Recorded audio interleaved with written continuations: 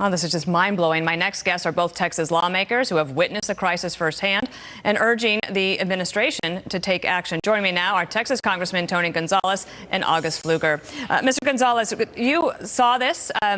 Describe it for people, because we can see it with our own eyes. But when you are there, outside of the pictures, you get the full sense of the enormity of the problem. Yeah, I represent Del Rio, and right now in Del Rio, it is as if a hurricane has hit that small town. You know, Border Patrol and other law enforcement agencies are doing everything they possibly can. The unity that they've posed to come together to get through this crisis is unlike any other. The latest updated numbers I have as of this morning are there 4,400 migrants still remaining under the bridge, but there's over 2,000 migrants on the Mexican side of the border. I mean, the Border Patrol agents are literally saving lives. Just last night, one of the migrants delivered a child. They literally delivered a child underneath the bridge. These are the type of things that are happening every single day throughout, not only in Del Rio, but other sectors as well. Meanwhile, in El Paso, the El Paso agents caught $2 million worth of narcotics. This is a problem that is continuing to grow, continuing to spiral out of control, and expelling migrants that do not qualify for asylum is part of that solution. But, Mr. Pfluger, as you heard, there are many Democrats who are now demanding that the administration reverse course. You even had the envoy just resign, saying that it was wrong to be sending these people who don't qualify for asylum back to Haiti. Your thoughts? Well, it's clear that it's a crisis, and President Biden getting attacks from both sides of the aisle is because he can't get a handle on this situation. You have a Democratic mayor of Del Rio, Mr. Lozano, who has been crying out for help. Tony Gonzales is doing a great job. My hometown is about 2 hours from there, and Tony's doing a great job of representing the interest and getting the story out. What I saw is just horrific on Saturday, 15,000 migrants. Meanwhile, yesterday, when asking Mayorkas a very simple question, is the border more secure under your leadership? He said, well, it's neither more secure nor less secure. I'm sorry, we have almost 1.5 million illegal immigrants as opposed to 500,000 last year. It's incredibly disastrous what's going on. Mr. Gonzales, what happens when all the Border Patrol has to focus on thousands of migrants there in Del Rio? The border is actually quite long, and we just do not have enough resources to cover all of it.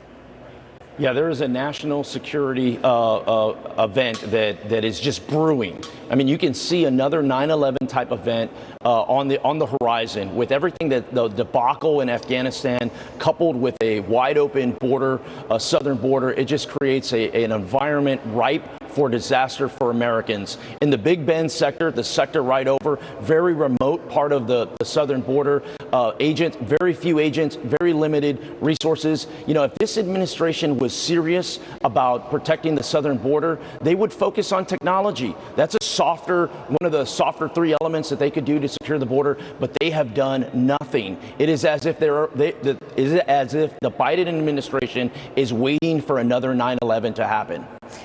Mr. Pfluger, what do you think happens in the next few days? I mean, you have the Biden administration trying to save its legislative agenda on economics and changing all of that. Okay, so they have that bucket. The Afghanistan continues. All the Americans are not out. The special immigrant visas are not out. You have inflation concerns, and then you have this crisis on the border. And the only time that they actually have had, for example, the one in charge, Kamala Harris, speak to it was when she mistakenly said that the Border Patrol was whipping migrants. Well, it's clear that they're trying to shift the narrative away from the real disaster. Whether it's Afghanistan or our southern border, our country is now less secure because of President Biden. Where are the Democrats who just 2 years ago went to the border and cried out for help? I asked another question to Secretary Mayorkas yesterday, and that is, what is the number of known or suspected terrorists that have entered this country? Because the outgoing Border Patrol chief, who left on his own free will, wrote a letter and said that it is in record numbers. The American public deserves to know that. We're not going to let this administration shift the narrative away from the real disaster. We are less secure because of them. Whether it's Afghanistan or at our southern border, we need the president and the vice president to go there to acknowledge that this is a problem and to defend American interest and American citizens. Maybe last question to you, Mr. Gonzales. With the left now agitating, you've seen, the president ran as a moderate. Right, or that's how he said. He said he was a moderate, not a part of the Bernie Sanders wing. But now you have the left asking this. Who do you think ends up winning his attention in this matter?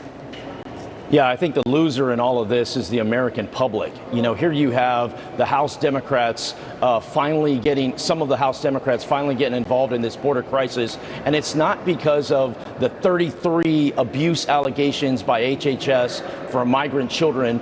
It's not by some of the other chaos you're seeing, but it's racially driven. You know, out of the 1.5 million migrants that have come over, many of them are brown. Many of them have a Hispanic descent coming from Central and South America. Yeah. Why was there no outrage then? The loser in all of this is the American public. Well, I know that Secretary Mayorkas is not the only one who works 18 hours a day trying to do its work. I know that you two do as well. We appreciate your time this morning. Thank you.